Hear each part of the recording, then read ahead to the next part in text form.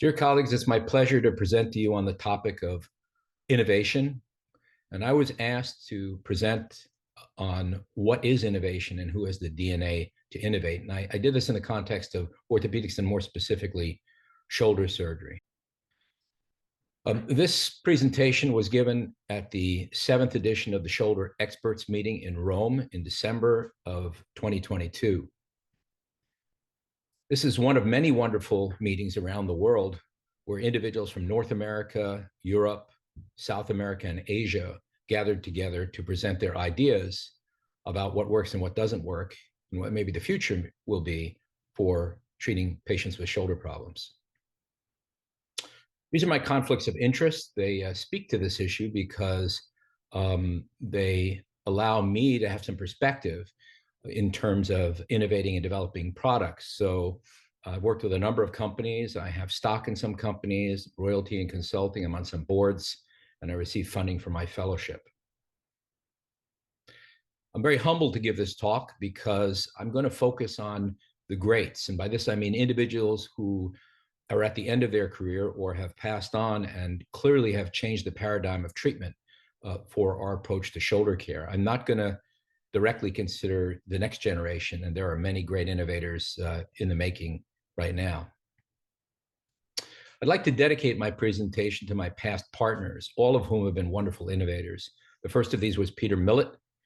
He was followed by Larry Higgins, then Matt Provencher, and finally Bassem El-Hassan, who was my fellow, as you can see in the lower right, when he was clean shaven with short hair, and now he's a fashionable attending who's going to be taking over for me soon.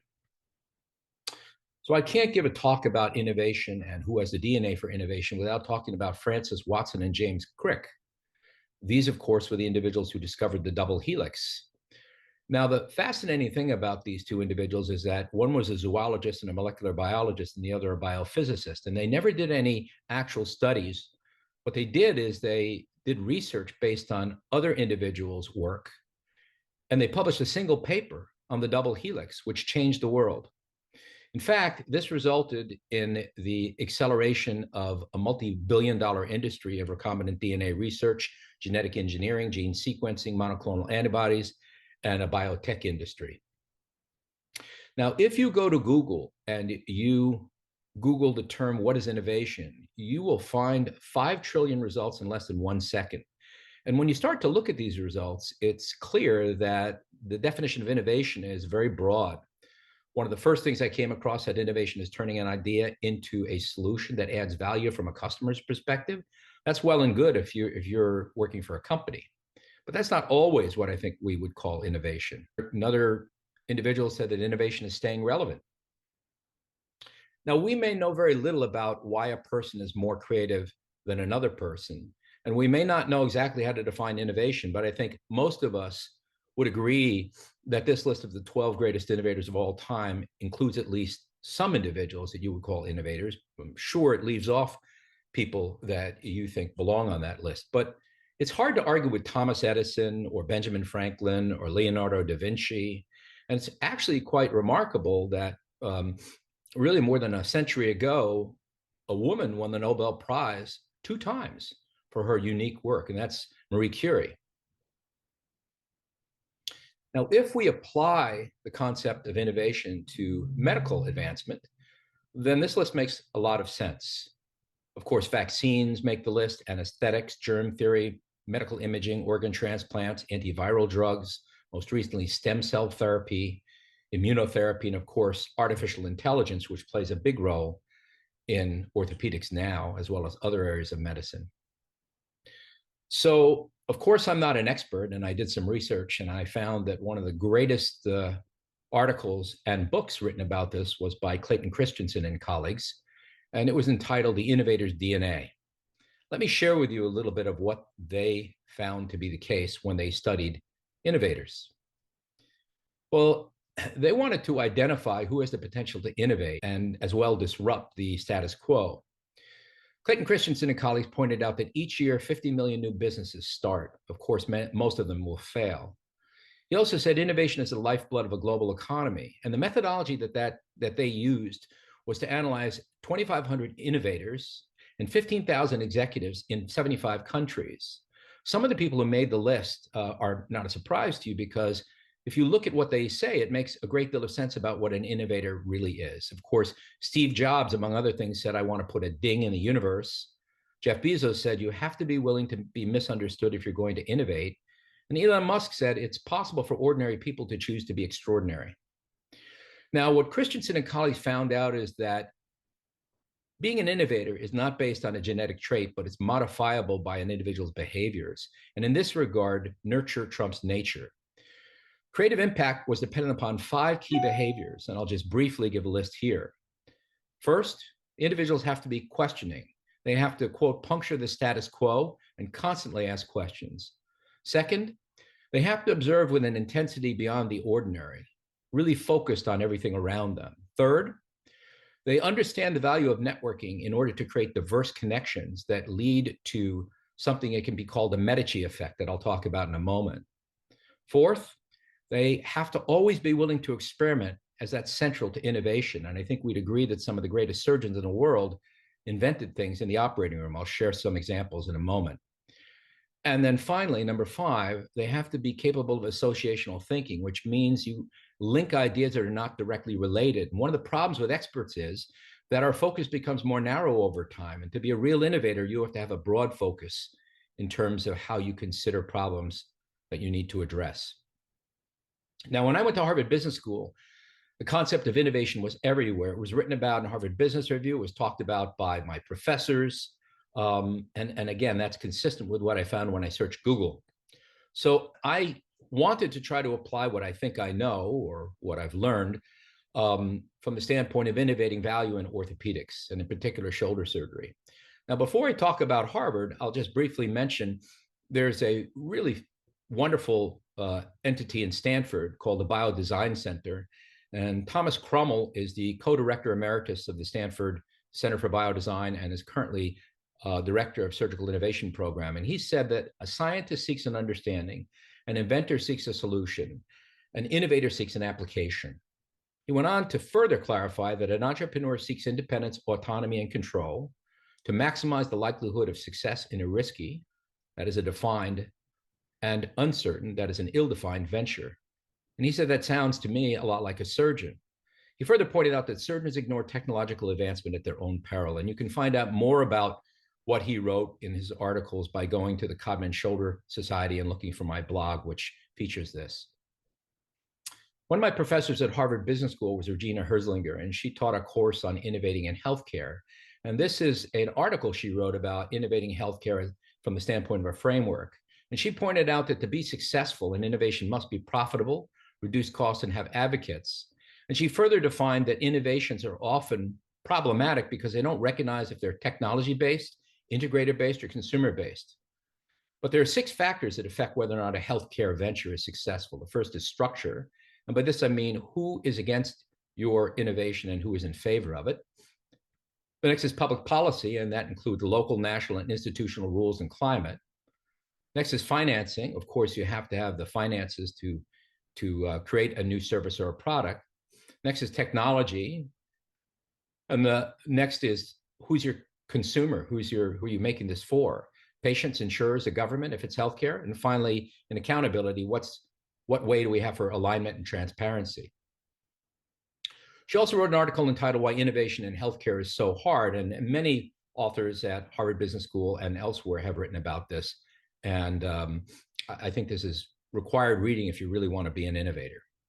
She wrote a book about problems of healthcare in the United States as well, entitled Who Killed Healthcare? Now, any innovation process or entrepreneurial venture always goes down. To change the status quo, you'll meet resistance. Colleagues may be negative about what you're doing, but over time, if the money holds out and your focus holds out and you have the right people on your team, you will change the status quo and move upward from where the situation was to begin with. So I was asked about a few years ago by Rick Mattson to write an op-ed on the framework of innovation in shoulder surgery. And I asked the members of the Codman Shoulder Society to provide me a list in order of the most impactful innovation in shoulder surgery over the last 100 years. And it probably shouldn't surprise you to see that reverse shoulder replacement was at the top. Now, if you look down this list, some of these things are newer, but most of them we take for granted now. Imagine what it would be like if you removed any of these particular innovations and wanted to continue to take care of your patients. Now, I'll quote Ozan Varol, who wrote a great book called Think Like a Rocket Scientist. And one of the problems we have with innovation and the techniques we recommend at meetings is confirmation bias. And he said our tendency towards skewed judgment partially results from confirmation bias, which makes us undervalue evidence that contradicts our beliefs and overvalue evidence that confirms them. We should spend more time thinking about why we're wrong, not why we're right. I went on to ask the members of the Codman Shoulder Society, other than reverse replacement, what is the most important innovation in shoulder arthroplasty in the past 20 years? And I segmented this into hardware, software, and other. And you can read these for the moment, and you may agree with many of them or feel some things are left off. But the fascinating thing here is you'll note on the far right that lower cost and transparency of outcomes was on the list. That's quite contemporary given the stress we see in healthcare now in terms of cost management. Then I asked the members of the Codman Shoulder Society what they thought were the problems that remained to be solved in terms of arthroplasty. You can see the list here, and I'm sure you would add to this, but most of us would agree that this is a reasonable list. At our last meeting of the Codman Shoulder Society, industry was present, and I asked them what they thought. And universally, they said things like digital healthcare is the next frontier for innovation, and digital is the heart of everything we do. Now, if we consider for a moment the diffusion of technology, and you see the blue-shaped, bell-shaped curve, which is Scott's parabola, this talks about how innovation is adopted and how it can decline. And what we should take note of is the fact that many academic medical centers live in the part of the curve where they represent the late majority in adopting, or they're laggards in adopting. And my own organization has this on their homepage. It says innovation happens here. But it's clear why they are somewhat risk averse. And the reason is they want to make sure things work before they're applied and scaled on a broad level. But this is important when one considers where innovators come from and the culture in which they work and whether or not that's a barrier to innovation. If you look at Paul Grammont and the trajectory that he created for reverse prosthesis, I'm sure we would all agree with the dotted line here, which really mirrors the yellow line, which shows how truly durable innovations move in terms of adoption. Now, when one searches in PubMed.gov under the search term innovation in orthopedics, you find something quite interesting. You can see there's been an enormous growth in the number of articles published in this area. And one of the first articles I read here said the future of academic innovation in the field of medical devices. Is innovation still possible in orthopedics? And the author went on to say, we see that academic research depends at the end on the motivation of companies to develop a product. The key to innovation stands in the early collaboration between surgeons, research teams, and companies in a project. I wonder, when you listen to me talk here, how many of you find this to be true? And how many of you find that one of those may be lacking in terms of a resource available to you? Unfortunately, if you consider Scott's parabola, again, the rise and fall of a surgical technique, this always begins with a promising idea, marketing, initial lab experimenting, regulatory approval. And then, unfortunately, the evidence lags, and oftentimes there's a negative effect as that particular technology or device declines. And we've seen this already with, for example, arthroscopic thermal shrinkage, metal-on-metal hip replacement, Vioxx, and even intra-articular pain pumps. So there is a dark side to innovation as well. In fact, Jesse Jupiter and Dennis Burke wrote about in the Hand Journal Scott's parabola and the rise of the medical industrial complex, recognizing that there is a certain tension between the need to produce revenue and profitability for shareholders and actually innovating with a conscience. Now, this is a very important graph from Christian Gerber. If you look at the vertical, that's health. And if you look at the horizontal, that's the dollars spent on health. And so it's in the steep portion of the initial graph here where we really innovate value. By that, I mean we improve the quality of the care for our patients at lower cost. Unfortunately, as orthopedics and shoulder surgery in particular have become multi-billion-dollar ventures, we see a lot of derivative innovation that really doesn't save costs and is focused on marketing. And I don't mean to be negative about it because I've participated in some of that, but I think we have to keep this as a framework in which we operate when we innovate. So not all innovation is an implant. And again, if we look historically at some individuals who have innovated, they worked at a time when there were low regulatory barriers and less hospital barriers. Codman innovated with the first anesthesia record, the first book on the shoulder in English, tumor registry, first use of radiography for fractures, Near and Grammont we've already talked about. They innovated, as you see here, in many other ways as well. Now, I would be remiss in not considering the award in the name of Dominic Meyer if I'm talking about innovation, because Dominic Meyer passed early in his life, and it was a shame that he did so because he was a wonderful person and a huge innovator. And so Christian Gerber established in his name this award, which was meant to honor the individuals whose lifetime work resulted in discovery, innovation, and disruption in orthopedics. And the inaugural recipient of this award last year at the American Academy of Orthopedic Surgeons was Reinhold Gans. And the title of his presentation was Hip Preservation Surgery Breaking the Rules. Gans said at the time that he received the award that innovation is barely possible without breaking rules. He said curiosity and lateral thinking are more helpful than follow-up studies and meta-analyses. And teamwork is indispensable to get a project going and to bring it to maturity. And it's a team approach. This is very, very clear when we consider the global impact of reverse replacement, which began in Europe and came to the United States. How did this happen? Well, Grammont inspired individuals, as you see here with the young Gilles Walsh and Christian Gerber and Pascal Boileau, and then in the United States, Mark Frankel, who carried the torch and scaled this to the level of changing the lives of our patients. Now, for me, an innovator is someone who changes a treatment paradigm. And there are many more than these individuals, and I've talked about some of them already. But let's consider Watanabe and his effect on arthroscopic surgery. Bill Harris, who helped basically change the way we do hip replacement and improve our patients' lives with cross-linked polyethylene. Christian Gerber, who's innovated in many, many areas and won the Kappa Delta Award for his work on bench to bedside for rotator cuff repair.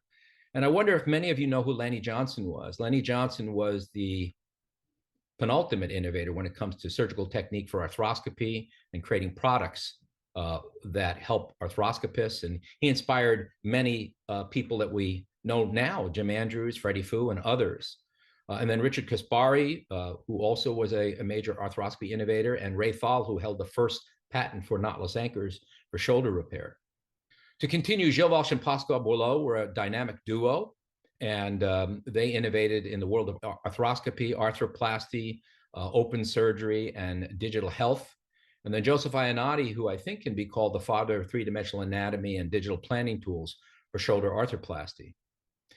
Now, the arthroscopy revolution was influenced by many, many individuals. You see Lanny Johnson on the left, who I've already mentioned, and the innovation included development of dexterity and new technology and the conviction that these techniques would change the care for our patients.